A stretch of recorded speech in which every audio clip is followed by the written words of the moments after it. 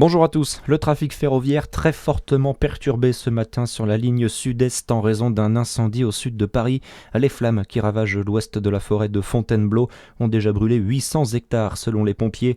Un feu qui n'était pas fixé hier soir. 400 pompiers sont mobilisés. Le ministre de l'Intérieur, Laurent Nunez, est attendu sur place ce matin. Hier, environ 130 trains entre Paris et Lyon ont été impactés avec des retards allant jusqu'à 6 heures. Dans le même temps, 37 départements sont toujours en alerte rouge canicule ce matin. C'est le cas de la Nièvre et de l'Yonne notamment. 46 autres sont en alerte orange, dont le Jura, la Côte d'Or et le Doubs. Conséquence de ces conditions, il n'y aura pas de feux d'artifice dans de nombreuses communes de France et de Bourgogne-Franche-Comté cette année, trop dangereux face au risque d'incendie. Il n'y en aura aucun, notamment dans le Jura, suivant un arrêté de la préfecture. Même chose à Dijon ou Chalon-sur-Saône. Ailleurs, dans la Sarthe, à Beauvais, il est aussi annulé.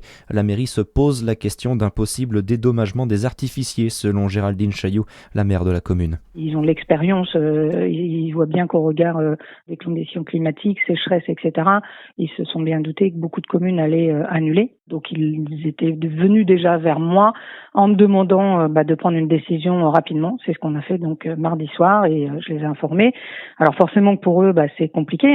C'est aussi des entreprises, c'est leur gagne-pain.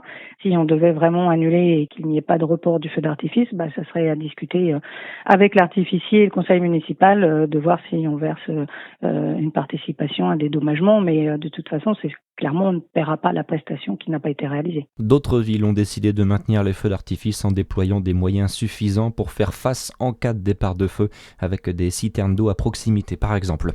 Dans l'actualité également, grande frayeur dans un immeuble de Chalon-sur-Saône hier soir. Un feu d'appartement a nécessité l'évacuation de 29 personnes rue Jules Ferry. Il a pris au 5e étage vers 17h30. Une soixantaine de pompiers a été mobilisés. On ne déplore aucune victime, mais les 29 habitants évacués doivent être relogés. C'est une première en Côte d'Or, une cérémonie d'hommage pour la mémoire d'Alfred Dreyfus. Elle s'est tenue hier à Dijon, place Robert Badinter, comme dans tous les départements de France. Il s'agissait d'une demande du président de la République, Emmanuel Macron, pour commémorer l'innocence de l'ancien capitaine de l'armée française, victime d'une des plus graves erreurs judiciaires de l'histoire de la France, mais aussi pour mettre en avant le refus de toute forme d'antisémitisme de la part de l'État français. Alfred Dreyfus est décédé le 12 juillet 1935. Et puis on termine par du foot avec la demi-finale de Coupe du Monde entre la France et l'Espagne. C'est demain soir. Les Bleus qui sont arrivés à Dallas, au Texas, hier soir où se jouera la rencontre. Un match que vous pourrez voir au Zénith de Dijon gratuitement, mis à disposition par la mairie. Une fanzone est aussi prévue sur le parking battant de Besançon. La rencontre a lieu à 21h, on le rappelle. Très bon début de journée sur Fréquence Plus. À suivre, c'est votre météo.